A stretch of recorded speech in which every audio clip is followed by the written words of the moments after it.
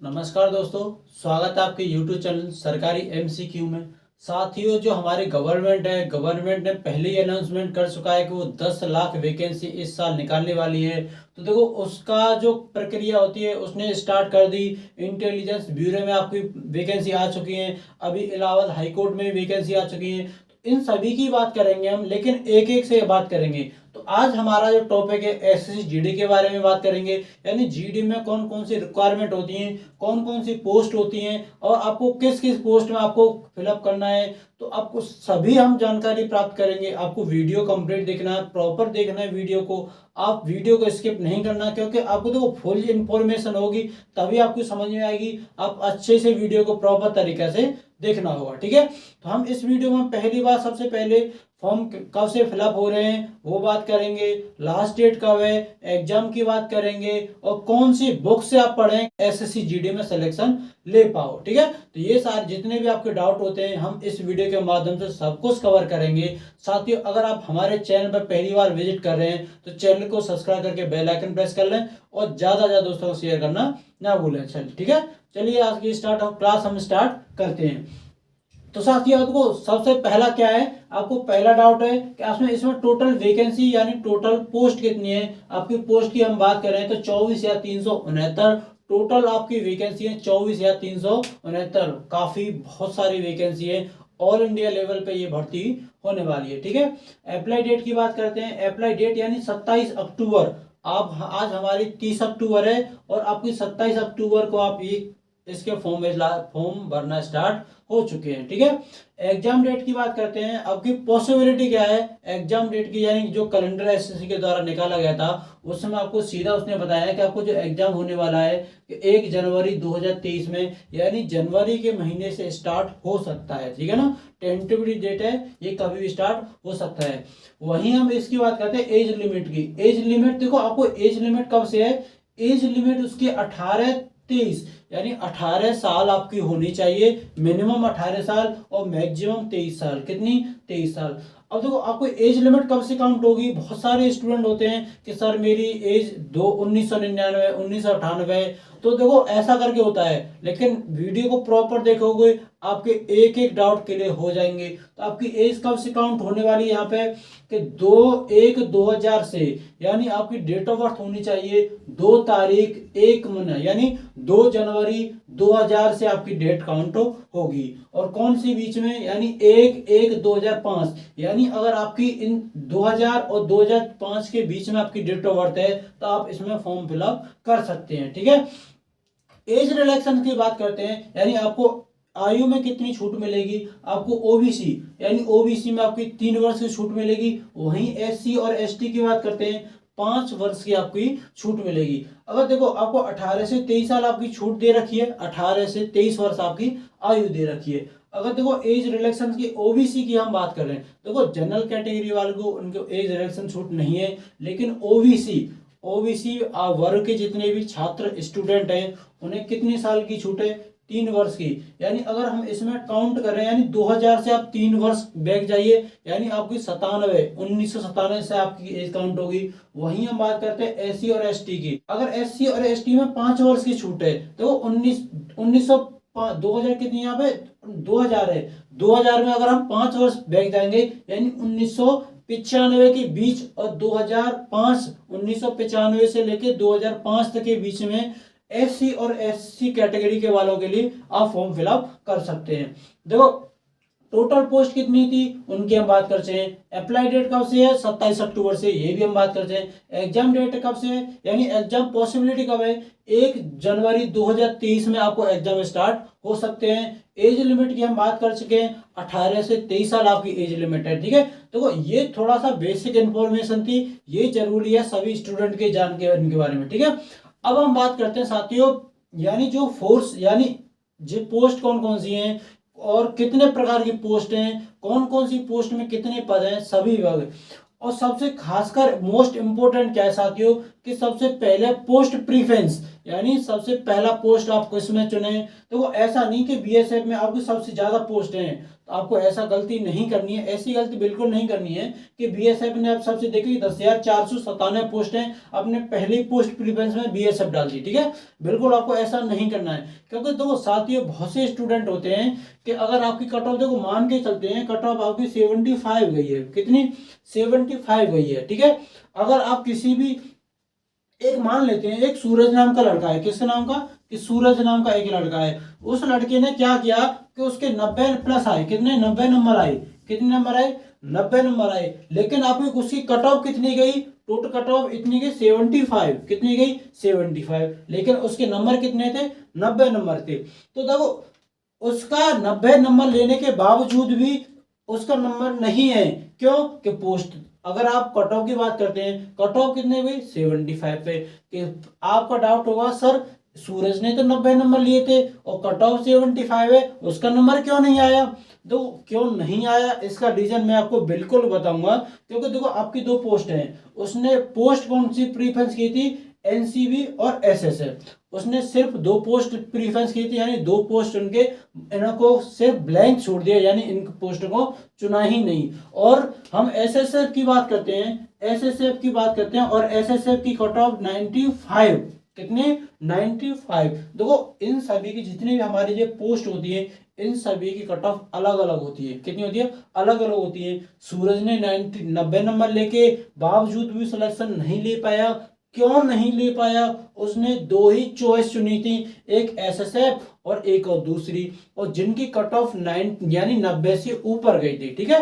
तो आपको देखो फॉर्म फिलअप करते समय आपको बहुत सावधानी बरतनी होगी। सावधानी, अगर थोड़ी सी आपने गलती कर दी तो आप नौकरी से यानी सिलेक्शन लेने से वंचित रह सकते हो। तो आप सर आपका डाउट भी होगा कि सर आप तो हम किस तरीके से फॉर्म फिलअप करें कि हम कोई भी पोस्ट हो उसमें सिलेक्शन ले पाए। तो साथियों हम देखो सब कुछ बात करेंगे, तो पहले आपको देखो बिल्कुल आपको वीडियो प्रॉपर देखनी है। अगर आप हमारे चैनल पर पहली बार विजिट कर रहे हैं तो चैनल को सब्सक्राइब करना तो बनता ही बनता है, ठीक है। तो देखो सबसे पहला क्या होता है कि देखो आपको सबसे पहला मैं मान के चलता हूं, आप एसएसएफ भरो, कितना एसएसएफ फिलअप कर रहे हो आप, ठीक है। एसएसएफ फर्स्ट चॉइस कौन सी होनी चाहिए आपकी, फर्स्ट एसएसएफ होनी चाहिए, ठीक है। सेकंड नंबर पर आप इनमें से कोई भी ले सकते हैं, सेकंड नंबर पे आप एनसीबी कौन ले सकते हैं, एनसीबी। देखो ये पहली बार हमारी जो पोस्ट है ये पहली बार हमें देखने को मिल रही है एनसीबी, ठीक है। तो इस पोस्ट को उसके बाद आप सीआरपीएफ भर सकते हैं, कौन सी सीआईएसएफ, सीआईएसएफ। देखो पहले नंबर पर आपकी कौन सी होगी एसएसएफ, एनसीबी और सीआईएसएफ, ठीक है। अगर आप चौथे नंबर पर आप कौन सी लेना चाहो, अगर आप चौथे नंबर पे देखो आप असम में जाना चाहते हो या जा सकते हो तो आप चौथे नंबर पे असम ले सकते हो, एआर हम जैसे बोल सकते हैं। तो इस चौथे नंबर पे असम, देखो इन तीनों में क्या है, इन तीनों से बेस्ट क्वालिटी की है, कौन सी है, एक एसएसएफ की बात करें, एनसीबी की बात करें और सीआईएसएफ की बात करें, ये तीनों ही लगभग बहुत अच्छी पोस्ट है और ये जॉब भी बहुत ठीक ठाक है।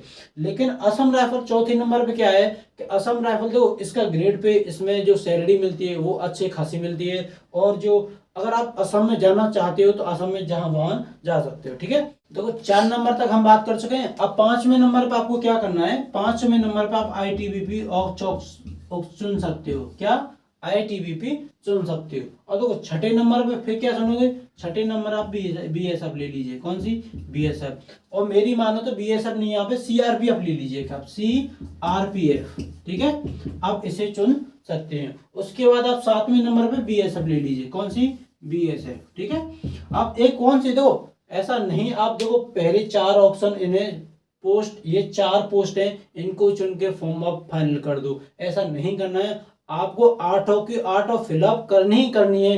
देखो अगर किसी भी अगर फायदा क्या होगा 8 पोस्ट को चुनने से, फायदा क्या होगा, अगर मान लेते हैं किसी पोस्ट की 75 प्लस मेरिट गई, क्या 75 प्लस मेरिट गई और आपके नंबर 76, कितने 76 यानी 76 नंबर आपके हुए, तो देखो आप जिनमें से आपने किसी में, देखो मान लेते हैं हम एसएसएफ की कितनी गई 95 गई, तो एसएसएफ की 95, तो आप इसमें तो क्वालिफाई नहीं कर पाओगे, नहीं कर पाओगे तो सेकंड में आ जाओगे। सेकंड में आने से सेकंड भी आपकी 90 गई लेकिन आपकी 76 नंबर है, तो तो फिर आप इसमें भी नहीं कर पाओगे। लेकिन हम मान लेते हैं असम राइफल की एआर की, यानी एआर असम राइफल की 75 गई, कितने गई 70, और आपके टोटल नंबर कितने थे 76 थे, यानी आपको जो मेरिट थी, जो कट ऑफ लगने वाली थी 75, और लेकिन उससे आपको एक नंबर अधिक था, तो आपने एक में क्वालिफाई कर लिया, किसमें असम राइफल में, ठीक है। तो आपको इस तरीके से आपको पोस्ट आपको प्रीफरेंस